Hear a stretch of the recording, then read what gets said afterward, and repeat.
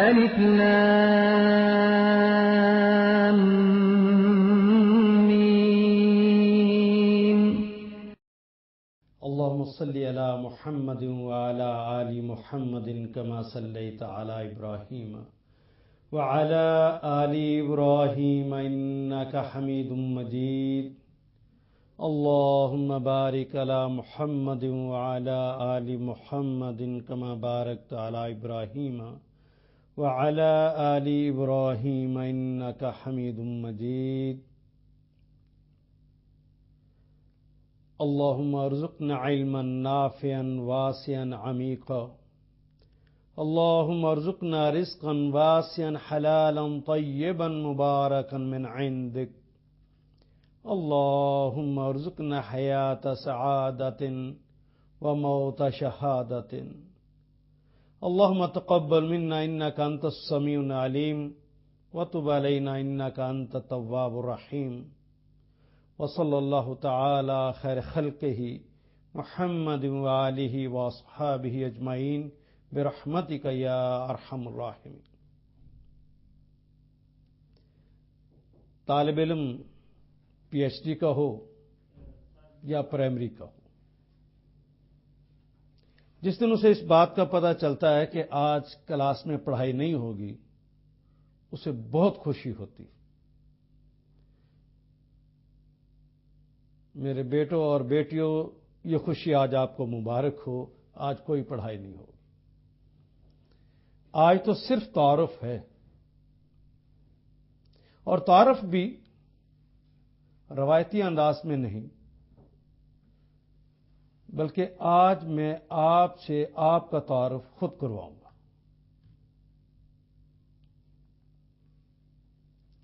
آپ کے تعارف کا پہلا حصہ یہ ہے کہ آپ طالب علم ہیں.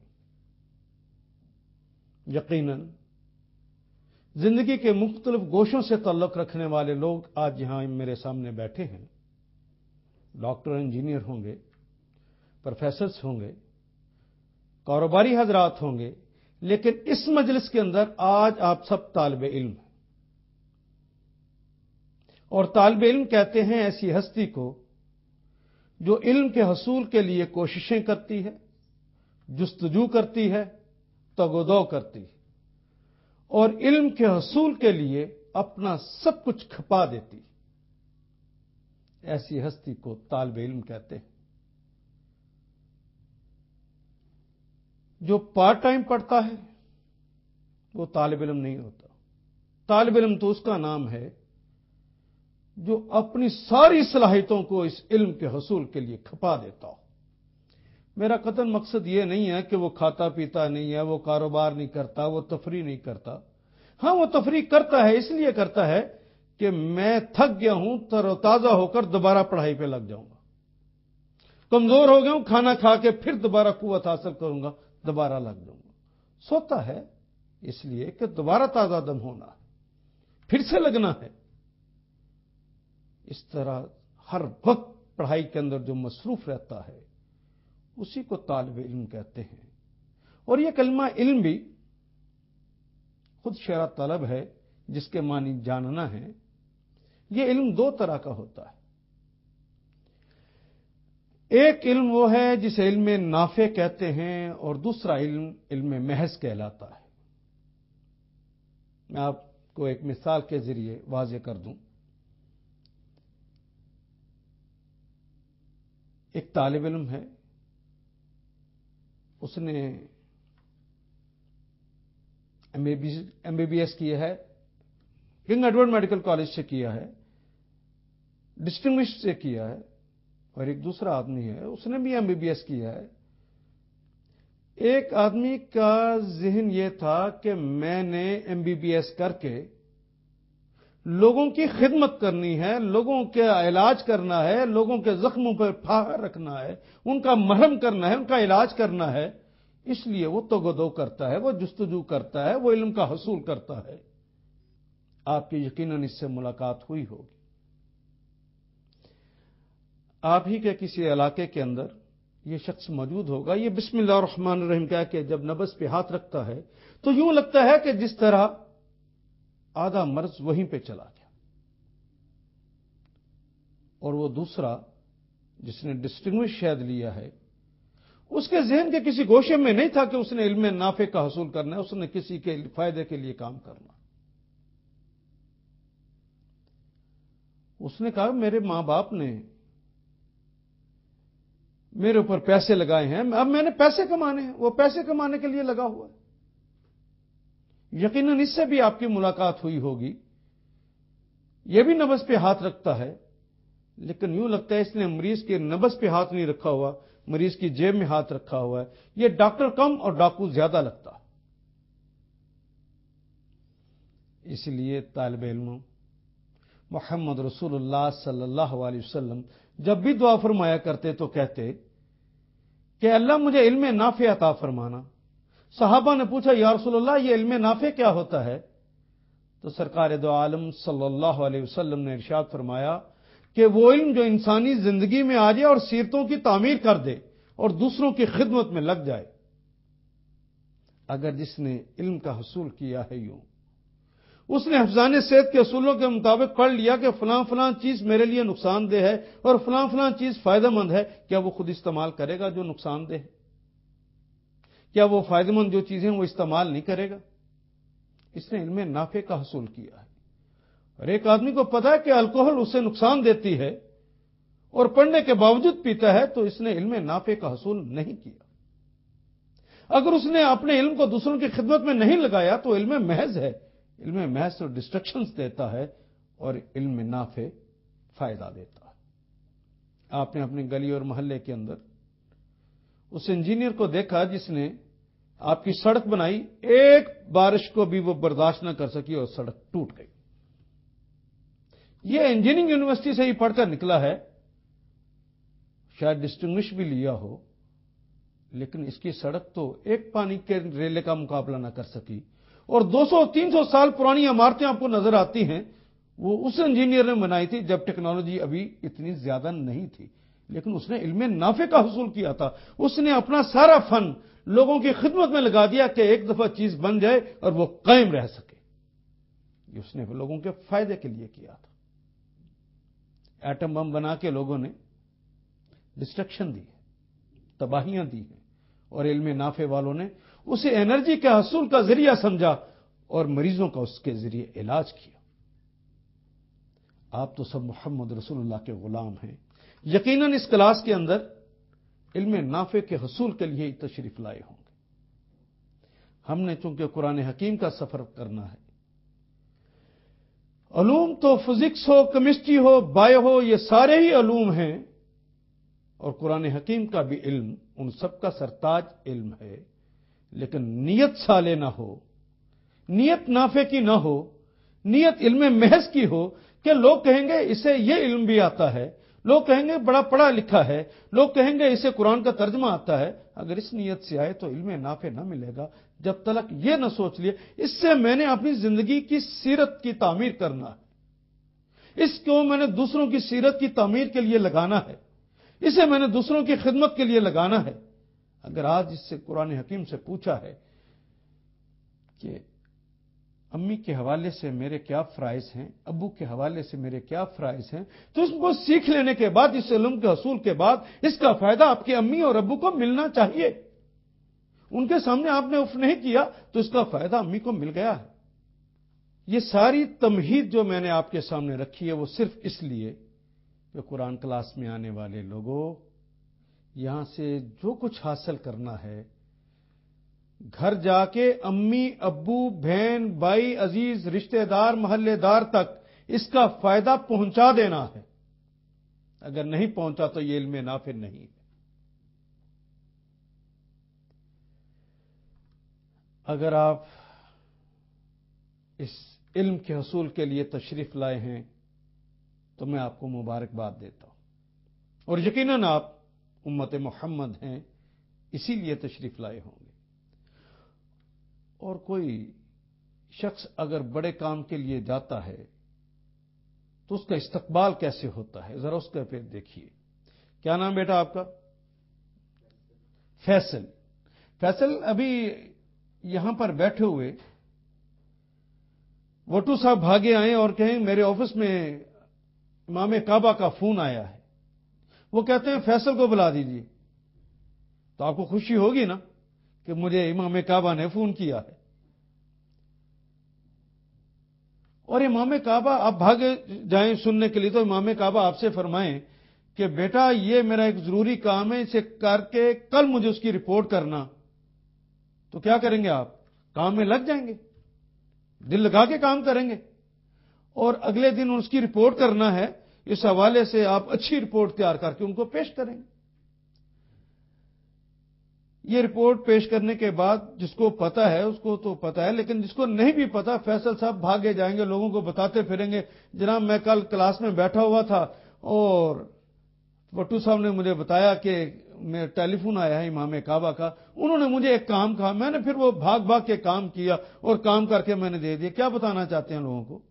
خوشی ہوئی ہے نا، اس خوشی کا اظہار کر رہے ہیں نا، لوگوں بتانا جا رہے ہیں لوگوں میں عام آدمی نہیں ہوں، میرے تو امام کعبہ سے ڈائریکٹ تعلقات ہیں، اور صرف اتنا ہی نہیں، ان کے جاننے والے اور بھی ہیں، انہیں میری ذات پہ اعتماد ہے، اس لیے یہ کام انہوں نے مجھے کہا اور میں نے کر کے ان کو دے بھی دیا ہے۔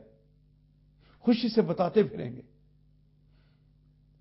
میرے بیٹوں اور بیٹیوں، آپ جو سب لوگ یہاں تشریف لائے ہیں، آپ کسی امام کعبہ کے کہنے پہ نہیں آئے ہوئے، آپ کو امام المرسلین نے بھیجا ہے یہ بات کہہ کے کہ طلب العلم فریضۃ لکل مسلم و مسلمہ، ہر مسلمان مرد و زن پر علم کا حصول فرض ہے۔ آپ کس کے کہنے پر آئے ہیں یہاں پر؟ محمد رسول اللہ کے، امام کعبہ کے نہیں، امام المرسلین کے کہنے پر آئے ہوئے ہیں۔ اور امام المرسلین اگر آپ کو کوئی کام کہہ رہے ہیں تو آپ کی خوش قسمتی، آپ بھاگ بھاگ کر کام کیجئے اور اس کو سیکھیے، دل لگا کر اس کو سیکھیے، اس کام کو کیجئے کہ انہوں نے کہا ہے۔ اور کوئی آدمی یہ سمجھے کہ اس مجلس میں آج میں خود ہی آ گیا ہوں، نہیں، خود کوئی نہیں آیا۔ یہ ٹھیک ہے کہ بینرز بھی پڑھے آپ لوگوں نے، ایڈورٹائزمنٹ بھی سنی آپ نے، اس کی بنیاد پر آپ کہتے آئے، تو یہ تو ہزاروں اور لاکھوں لوگوں نے سنی تھی، لیکن آئے تو آپ حضرات ہیں، بستیوں سے چن چن کر میرے اللہ نے آپ کو بھیجا۔ آپ عام لوگ نہیں ہیں، اللہ کا انتخاب ہیں، اور محمد رسول اللہ کے بھیجے ہوئے ہیں۔ اپنی قسمت پہ جتنا ہو سکتا ہے آج ناز کی تھی۔ آپ عام لوگ نہیں، آپ کا مقام یہ ہے کہ آپ طالب علم ہیں اور چنے ہوئے بھیجے ہوئے محمد رسول اللہ صلی اللہ علیہ وسلم کے، اور چنے ہوئے میرے اللہ کے، آپ منتخب افراد ہیں۔ اور اللہ جب کسی کو منتخب کرتے ہیں تو اس کے پیچھے کوئی مقصد ہوتا ہے، ایسے نہیں کرتے۔ اس دنیا کا نظام چلانا ہے، اس دنیا کا نظام چلانے کے لیے کسان بھی چاہیے جو سبزیاں اگائے گا، صنعت کار بھی چاہیے جو صنعتیں لگائے گا، استاد بھی چاہیے جو پڑھائے گا، اور قرآن کا علم والا بھی چاہیے جو دنیا کو سنوارے اور بنائے اور لوگوں کو نفع کا علم دے۔ ایسے لوگ بھی چاہیے۔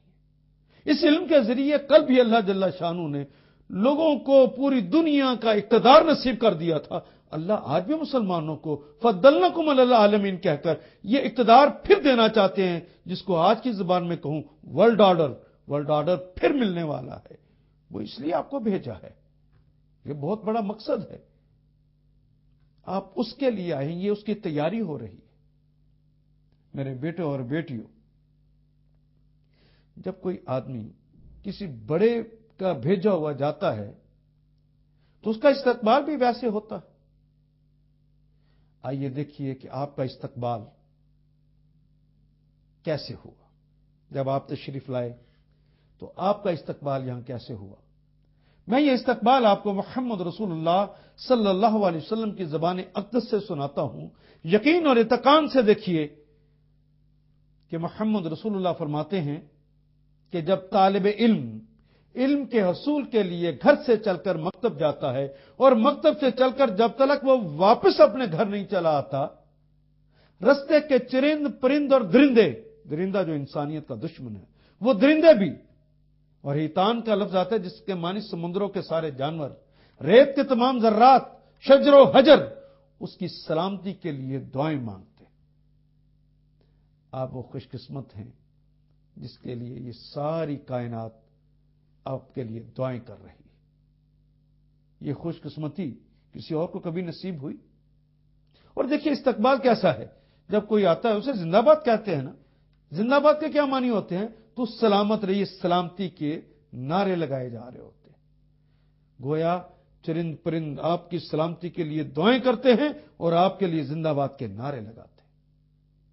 اور جس جگہ آپ تشریف لے آتے ہیں پڑھنے کے لیے، ذرا اس کو بھی دیکھیے اس کا کیا مقام ہے. آپ اسے اینٹ اور پتھر کی بنی ہوئی عمارت مت سمجھیے، یہ بڑا حال. آئیے دیکھیں محمد رسول اللہ کیا فرماتے ہیں. بلکہ وہ میں عرض کروں کہ جب سرکار دو عالم صلی اللہ علیہ وسلم نے استقبال کے حوالے سے فرمایا تھا تو ایک جملہ میں اور اضافی بتاتا جاؤں کہ سرکار دو عالم صلی اللہ علیہ وسلم فرماتے ہیں کہ یہ طالب علم جب چل کے آ رہا ہوتا ہے تو آسمان کی نورانی مخلوق یعنی فرشتے زمین پر اتر آتے ہیں اور اس کے لیے اپنے پروں کو بچھا دیتے ہیں. یہ طالب علم ان پروں کے اوپر چل کر آتا اور جاتا ہے. اتنا بڑا احترام اور اتنا بڑا پروٹوکول اور اتنا بڑا استقبال آپ کا ہوتا ہے جب آپ طالب علم. خدا لگتی کہیے اگر آپ سچے طالب علم نہ رہے تو یہ اعزاز رہ جائے گا. فرشتے آپ کے قدموں میں اپنے پروں کو بچھائیں گے. یہ چرند پرند اور درندے آپ کے لیے کیا پھر دعائیں کریں گے، زندہ باد کے نعرے لگائیں گے؟ اور آئیے جس مقام پر آپ پہنچ گئے ہیں اس کو دیکھتے ہیں.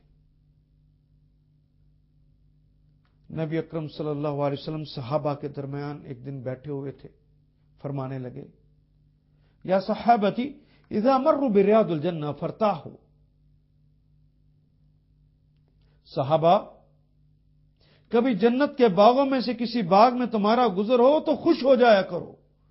صحابہ نے عرض کی یا رسول اللہ فداک ابی و امی این ریاض الجنہ یا رسول اللہ.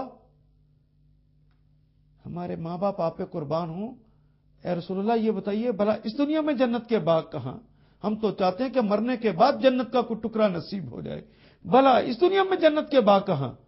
سرکار دو عالم صلی اللہ علیہ وسلم نے ارشاد فرمایا کہ وہ مجلسیں جہاں علم دیا جاتا ہے اور وہ مجلسیں جہاں ذکر کیا جاتا ہے یہ جنت کے باغوں میں سے باغ.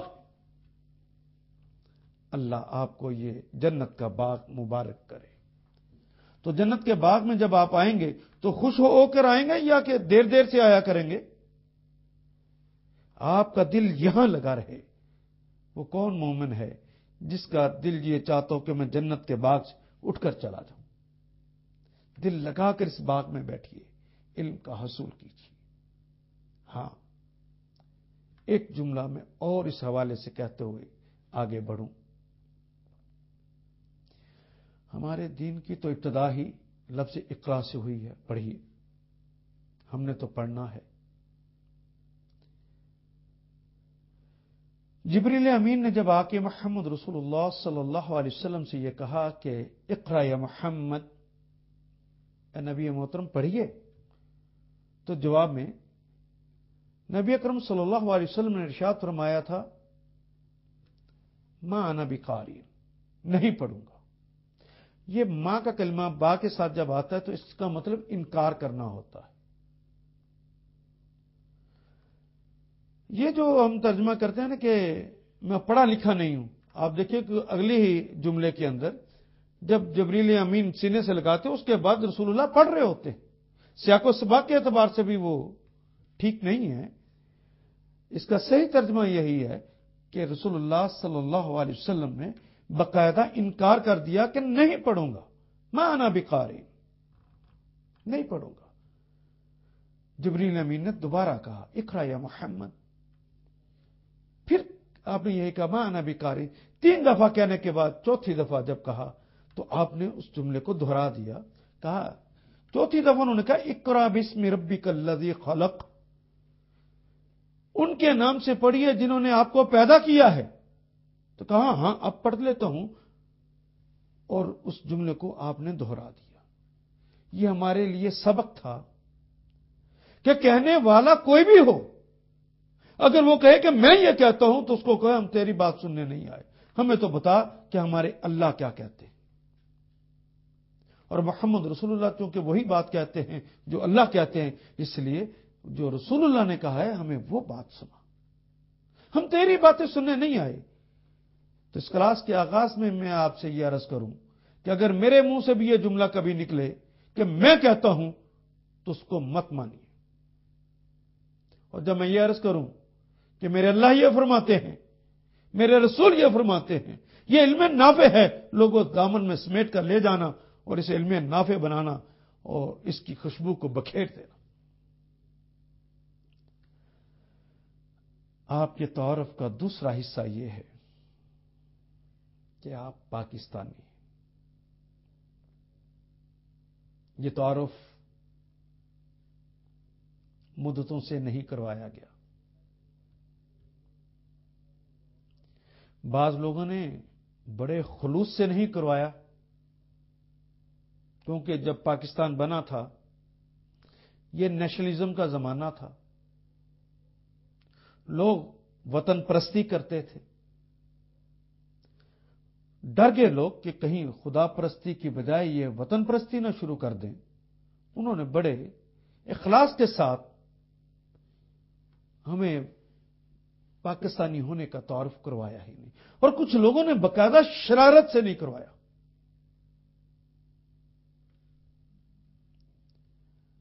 جس کی وجہ سے آج ہم پاکستانی نہیں رہ گئے. ہم ڈاکٹر ہیں, ہم انجینئر ہیں, ہم پروفیسر ہیں, ہم فوجی افسر ہیں, ہم پولیس آفیسر ہیں, ہم جج ہیں, لیکن میرے اندر پاکستانیت نہیں. میں اپنے وقت کو بچانے کے لیے مختصر انداز میں آپ کو تعارف کراتا ہوں کہ آپ پاکستانی.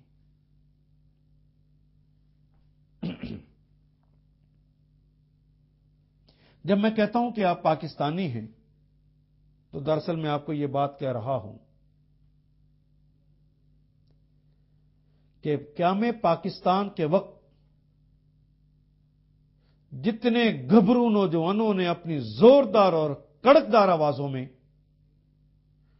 جتنے بوڑھوں نے اپنی ضعیف, کمزور اور ناتواں آوازوں میں,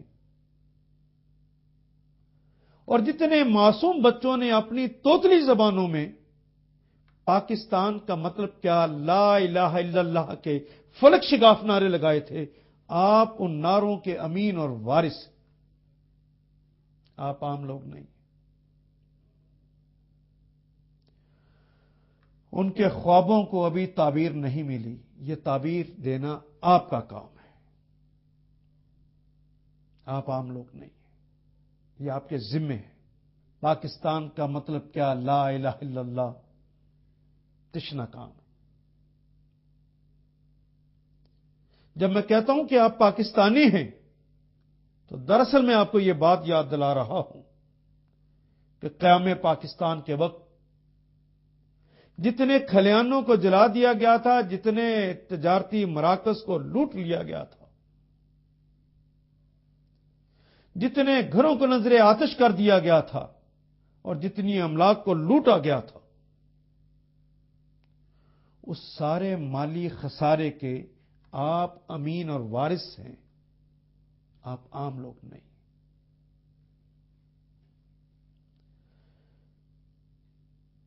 جب میں یہ باتیں آپ کو کہہ رہا ہوں تو اس کا مطلب یہ ہے کہ آپ نے اپنی ذمہ داریوں کو اس میں سمجھنا ہے, اور ہر شخص نے اپنی اپنی ذمہ داریوں کو پورا کرنا ہے ایک پاکستانی ہونے کے ناطے.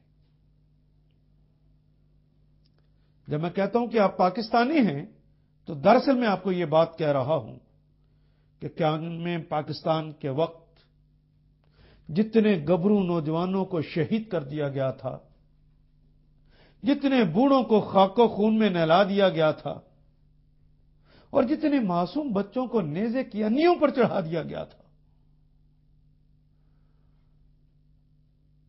اس سارے جانی خسارے کے بھی آپ امین اور وارث ہیں۔ پاکستان کا دفاع آپ پہ فرض ہے، ایک ایک پاکستانی کا دفاع آپ پہ فرض ہے۔ جب میں کہتا ہوں کہ آپ پاکستانی ہیں تو دراصل میں آپ کو وہ مناظر یاد کرا رہا ہوں جب قیام پاکستان کے وقت جو لوگ ریلوے اسٹیشنوں کے ذریعے آئے تھے، ٹرینوں کے ذریعے آئے تھے، وہ اس بات کی گواہی دیں گے۔ اور آپ اپنے بزرگوں سے گھر جا کے پوچھیے، ایک ریلوے اسٹیشن ایسا نہیں تھا جس کی دیواروں کے اوپر نوجوان بچیوں کے پستان کاٹ کر پاکستان مرد آباد کا لفظ نہ لکھا گیا۔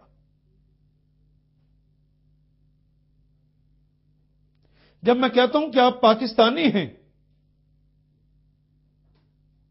تو دراصل میں آپ کو یہ بات یاد دلا رہا ہوں کہ قیام پاکستان کے وقت ایک شہر صرف امرتسر سے 40,000 نوجوان بیٹیوں کو، جن کو خوبصورتی اور نوجوانی کی بنیاد پر چھانٹ کر الگ کر لیا گیا تھا اور کلکتہ کے بازار حسن میں جا کر جنہیں بٹھا دیا گیا تھا، 59 سالوں سے جو ہندوؤں اور سکھوں کو جنم دے رہی ہیں، بوڑھیاں ہو گئی ہیں، ہر روز اپنے رب کے حضور دعائیں مانگتی ہیں کہ رب کائنات، کیا پوری کائنات میں کوئی ابن قاسم نہیں رہ گیا جو ہماری عزتوں کی حفاظت کر سکے، ہمیں ان ظالموں کے چنگل سے بچا سکے؟ ان کی آہوں اور ان کی سسکیوں، ان کی التجاؤں اور ان کی پکاروں کے لوگوں، آپ امین اور وارث، آپ عام لوگ نہیں۔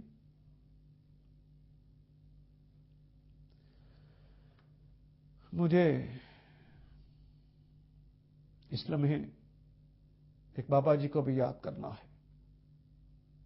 بابا جی پیدل قافلوں کے ساتھ ہجرت کر رہے تھے پاکستان کی طرف، رستے میں ہندوؤں اور سکھوں کے حملے ہوتے، شہیدوں، بیواؤں اور یتیموں کی تعداد میں اضافہ ہو جاتا اور قافلہ چھوٹا ہو جاتا۔ جب حملہ ہوتا تو بابا جی دعا کے لیے ہاتھ اٹھا دیتے اور کہتے کہ رب کائنات، تو جانتا کہ زندگی کی کوئی چاشنی باقی نہیں رہ گئی، بیوی شہید، بچے شہید، گھر لٹ گیا، اب کوئی چاشنی نہیں رہ گئی، لیکن تجھ سے میں زندگی کی بھیک مانگتا ہوں، ذرا اس پاکستان پہنچ لینے دینا مجھے جس کے بارے میں قائد اعظم نے کہا ہے کہ اسلامی فلاحی مملکت بننے والی ہے، جہاں سب لوگ آزاد ہوں گے، کوئی کسی کا استحصال نہ کرے گا، کوئی کسی کو لوٹے گا نہیں، کوئی کسی سے زیادتی نہ کرے گا۔ یا اللہ، آزادی کی ایک سانس تو لے لینے دینا، مجھے اس ملک تو پہنچ لینے دینا۔ حملہ ہوتا تو بابا جی پھر دعا کے لیے ہاتھ اٹھا دیتے، رب ذوالجلال والاکرام، میں تجھ سے زندگی کی بھیک مانگتا ہوں، بس اتنے لمحوں کے لیے کہ اس مملکت میں مجھے ذرا جا لینے دینا جس کے بارے میں نواب بہادر یار جنگ نے ہمارے محلے میں تقریر کرتے ہوئے یہ کہا تھا کہ مدینہ منورہ کے بعد پہلی اسلامی مملکت بننے والی ہے۔ یا اللہ، اس پہلی اسلامی مملکت کے اندر ایک سانس تو لے لوں جس کے اندر کہا گیا تھا کہ اذانیں ہو جائیں گی تو لوگ اپنی دکانوں کو کھلا چھوڑ کر چلے جائیں گے اور لوٹ کا کوئی ڈر نہ ہوگا۔ ایسا خوبصورت پاکستان۔ بابا جی چلتے چلتے ایک جگہ ٹھوکر لگی، گر گئے، اور آپ کو پتہ ہے ٹھوکر لگے تو بزرگ آدمی پکڑنے کی کوشش کرتا ہے، کوئی چیز ہاتھ نہیں تو زمین کے اوپر گرے تو ریت ہی ہاتھ آئی، اٹھانے والوں نے اٹھایا اور بتانے والوں نے بتایا کہ بابا جی مبارک ہو، جانتے ہیں کہاں پہنچ گئے؟ یہ ریت جو آپ کے ہاتھوں میں آئی ہے کہاں کی ریت ہے؟ پوچھا کہاں کی ریت، کہاں پہنچ گئے؟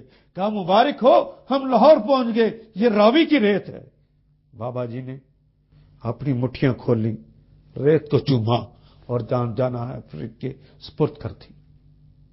میں اللہ کا لاکھ لاکھ شکر ادا کرتا ہوں، بابا جی اس دن فوت ہو گئے، وہ شہید ہو گئے۔ مجھ بدقسمت کی طرح زندہ ہوتے تو دیکھتے کیا خواب سجا کر آئے تھے کہ وہ پاکستان جہاں ان کا خیال تھا کہ امان مل جائے گی، کوئی استحصال نہ ہوگا، وہاں چودھری وڈیرے اور خاقان اس کا استحصال کرتے۔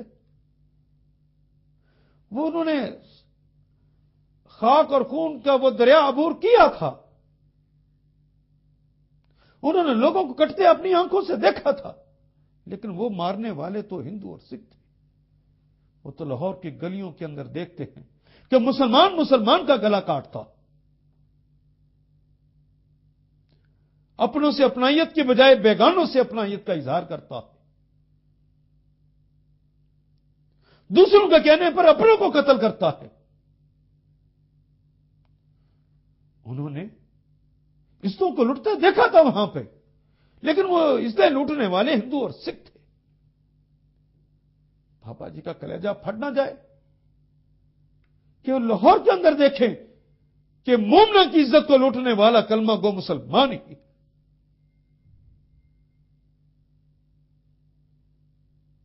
خدا لگتی کہ یہ کل قیامت کے روز حشر کے میدان میں اللہ جل شانہ فیصلے فرمانے لگیں۔ دور سے ایک نوجوان بیٹی بھاگی ہوئی آئے اور عرض کرے کہ بار الہ ضرور فیصلے فرمائیے، لیکن میری بپتا تو سن لیجیے۔ اذن ملنے پر وہ عرض کرے کہ بار الہ، جب پاکستان بنا تھا میرے سامنے میرے گھبرو بھائیوں کو شہید کر دیا گیا، میں خاموش رہی۔ میرے امی ابو میرے سامنے خاک کے اندر تڑپتے رہ گئے۔ رب ذوالجلال والاکرام، میں بولی تک نہیں۔ میرے محبوب شوہر کے میرے سامنے ٹکڑے ٹکڑے کر دیے گئے، میں نے اپنے ہونٹوں کو سی لیا تھا۔ میری گود میں میرے محبوب شوہر کی نشانی معصوم بچہ تھا۔ سکھوں کا جتھا آیا، اس نے اسے فضا میں لہرا دیا۔ جب وہ نیچے آ رہا تو اس کے نیچے نیزے کی انیاں کر دی۔ جب نیزے کی انیاں کے اندر وہ پرویا جا رہا تھا، اس نے میری طرف دیکھ کر اماں اماں پکارا۔ میں نے سینے پر پتھر رکھ لیے۔ میں نے اسے پاکستان کی قیمت جانا تھا۔ کل کائنات میرے پاس میری عزت رہ گئی، سکھوں نے اسے بھی لوٹ لیا۔ ہم سب کچھ لٹا کر پاکستان بنا کر ان لوگوں کے حوالے کر کے آئے تھے۔ اگر انہوں نے آپ کی طرف اشارہ کر کے کہہ دیا کہ ان لوگوں کے حوالے کر کے آئے تھے پاکستان، ان سے پوچھ کے میرا مشرقی پاکستان کہاں ہے، تو کیا آپ اس کا مشرقی پاکستان دے سکیں گے؟ لوگوں یہ سوال تو ہو جانا ہے، اس کا مشرقی پاکستان کہاں سے دو گے؟ میں نے اسی حوالے سے آپ کا یہ دوسرا تعارف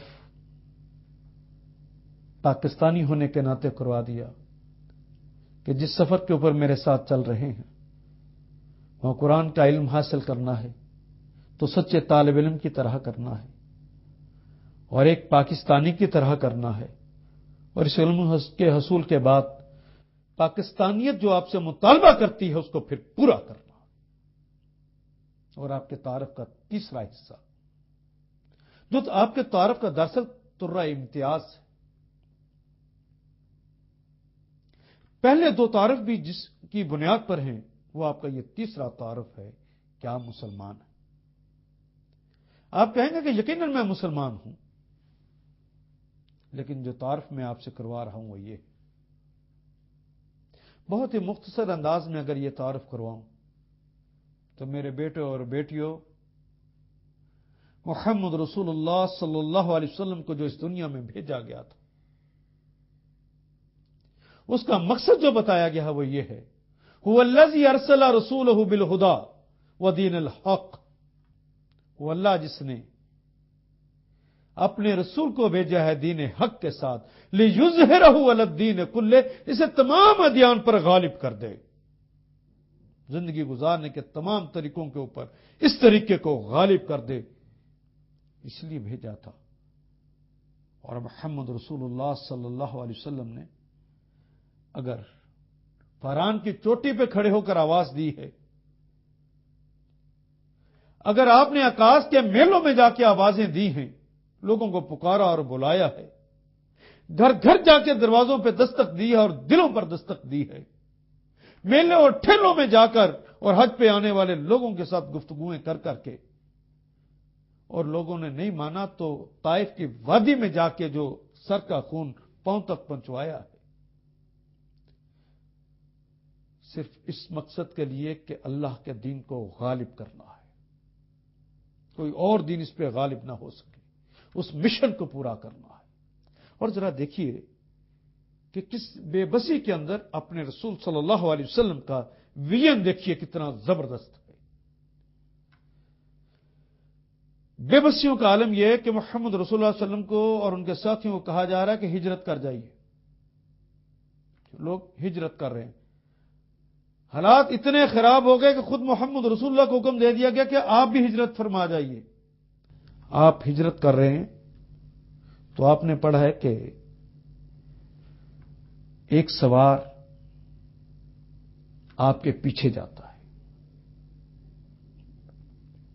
اور آپ کو پکڑنے کی کوشش کرتا ہے، لیکن اس کا گھوڑا زمین میں دھنس جاتا ہے، وہ پھر نکلتا ہے، پھر دھنستا ہے۔ وہ ایک لمبی بات، اس کو میں چھوڑتے ہوئے صرف آخری بات کہنے لگا ہوں۔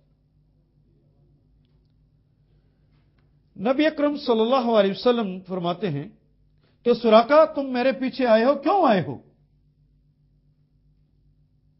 کہنے لگے کہ آقا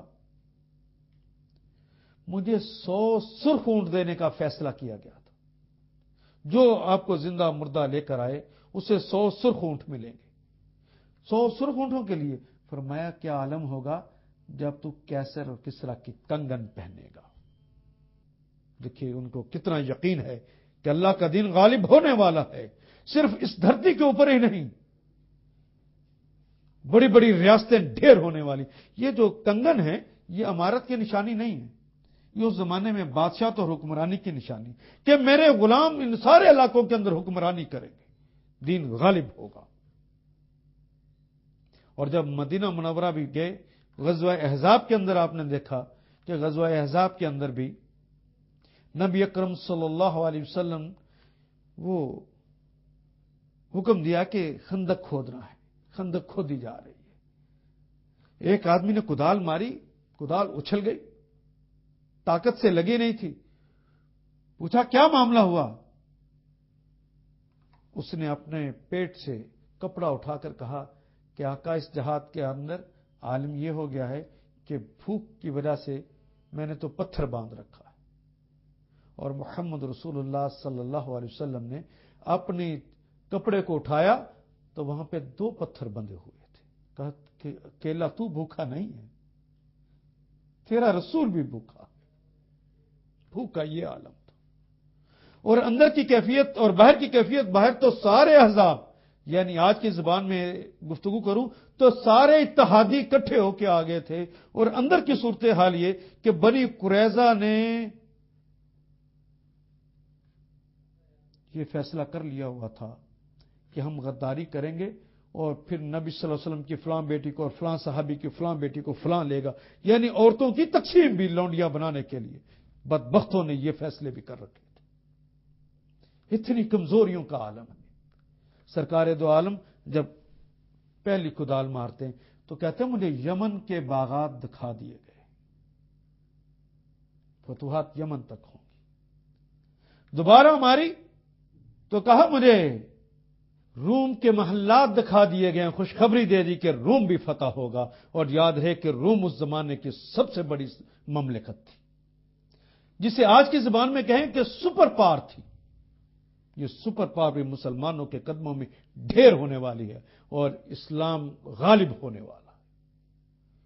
اس کے لیے خود سرکار دو عالم صلی اللہ علیہ وسلم نے اتنی تکلیفیں اٹھائیں کہ آقا ہی کا جملہ ہے کہ اللہ کی راہ میں اتنی تکلیفیں کسی اور نبی نے نہیں اٹھائیں جتنی تکلیفیں مجھے اٹھانا پڑے۔ آپ نے جسمانی بھی اور روحانی بھی تکلیفیں اٹھائیں۔ طائف کی وادی آپ کو یاد ہے، اور محمد رسول اللہ صلی اللہ علیہ وسلم شب ابی طالب کے اندر جس طرح رہے ہیں وہ بھی آپ کو یاد ہوگا کہ حضرت ابو ہریرہ ابھی مسلمان نہیں ہوئے تھے اس زمانے میں، ان کو ایک صحابی نے یہ سارا واقعہ سنایا کہ جب ہم شب ابی طالب میں بند تھے تو جس کے پاس کھانے کی چیزیں تھیں وہ ایک جگہ اکٹھی کر دی گئی، نبی صلی اللہ علیہ وسلم نے اسے تقسیم کرنے کا سلسلہ شروع کیا، تھوڑا تھوڑا کر کے دیتے۔ تو میں نے کہا تو آپ کے اوپر تو بڑا کٹھن مرلہ آ گیا ہوگا، حضرت ابو ہریرہ نے کہا۔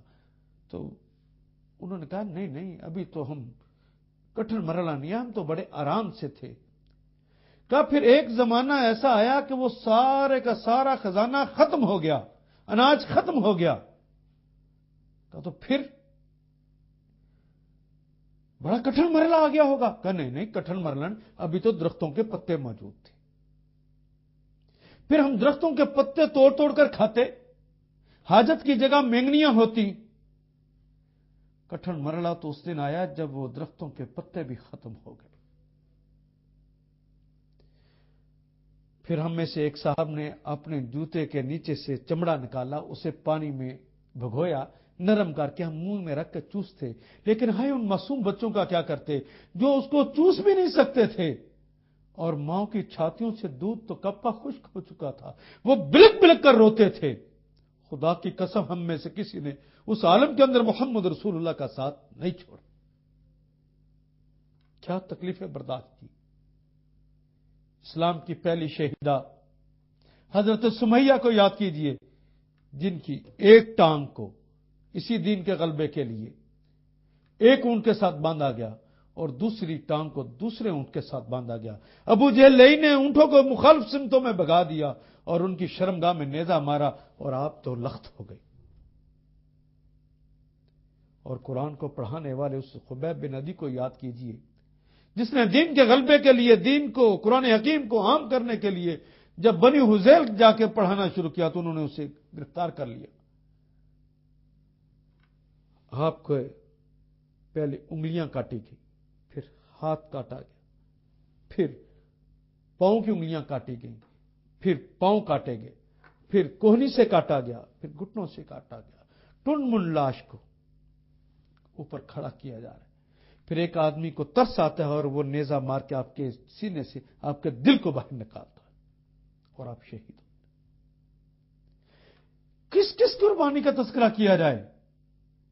خدا لگتی کہیے کہ کل قیامت کے روز حشر کا میدان میں اللہ رب ذوالجلال والاکرام عدل فرمانے لگیں، این اسی لمحے حضرت سمیہ اپنے دونوں حصوں کو اٹھا کر، جسم کے دونوں حصوں کو اٹھا کر حاضر ہو جائیں، یا حضرت خبیب بن عدی رضی اللہ تعالی عنہ وہ اپنے جسم کے ٹکڑوں کی گٹھری باندھ کر لے آئیں اور کہیں کہ رب ذوالجلال والاکرام، ہم نے اور ہمارے رسول علیہ السلام نے کوئی ایک قربانی ایسی نہیں ہے جو نہ دی ہو، لیکن چند سالوں کے اندر پورے مدینہ منورہ کے اندر تیرے دین کو قائم کر دیا۔ نہ صرف مدینہ منورہ کے اندر کیا، چند سالوں کے اندر مکہ بھی فتح کر لیا، اور صرف مکہ ہی فتح نہیں کیا ہم نے، پھر اس کے بعد 40,000 مربع میل کے اندر تیرے دین کی حکمرانی کو قائم کر دیا، اور ان کے بعد آنے والوں نے 40 لاکھ مربع میل کے اندر تیرے دین کا نفاذ کر دیا۔ 3.5 بر اعظموں کے اندر ہم نے حکومت کی، قلب فرانس تک ہم پہنچے۔ رب ذوالجلال والاکرام ذرا ان پاکستانیوں سے تو پوچھ، جنہیں 47 میں پاکستان بنا کر دے دیا گیا تھا، کہ آپ نے اس سوال کا جواب تیار کر لیا؟ میری آج کی کلاس اختتام پذیر ہو رہی ہے۔ میں نے آپ کا جو تعارف 3 حوالوں سے کروایا ہے، اگر آپ نے سچے طالب علم کے طور پہ پڑھنا ہو، سچے پاکستانی کے طور پر اپنا کردار ادا کرنا ہو، اور سچے مسلمان کے طور پر کردار ادا کرنا ہو، تو کل میری کلاس میں تشریف لائیے۔ میں اس قرآن حکیم کو آپ کو پڑھاؤں گا انشاءاللہ، جس کے بعد دنیا کے اندر غلبہ نصیب ہوتا ہے۔ پہلے بھی اسی کی بنیاد پہ غلبہ نصیب ہوا تھا، آج بھی اسی کی بنیاد پر ہوگا۔ اور قرآن حکیم خود کہتا ہے جب قوم بسے پشت ڈال دیتی ہے قرآن حکیم کو تو اللہ بھی انہیں ذلت اور رسوائیوں کے حوالے کر دیتا ہے، کار مذلت میں گر جاتی ہے وہ قوم، اور اللہ اٹھاتا بھی تو اسی بنیاد پر ہے۔ آئیے ہم فیصلہ لیکن کر کے آئیے، جو لوگ کل فیصلہ کر کے آئیں گے میں انہیں خوش آمدید کہوں گا۔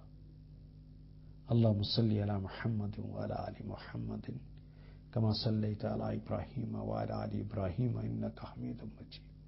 اللہم بارک علی محمد وعلی آل محمد کما بارکت علی ابراہیم وعلی آل ابراہیم انک حمید مجید۔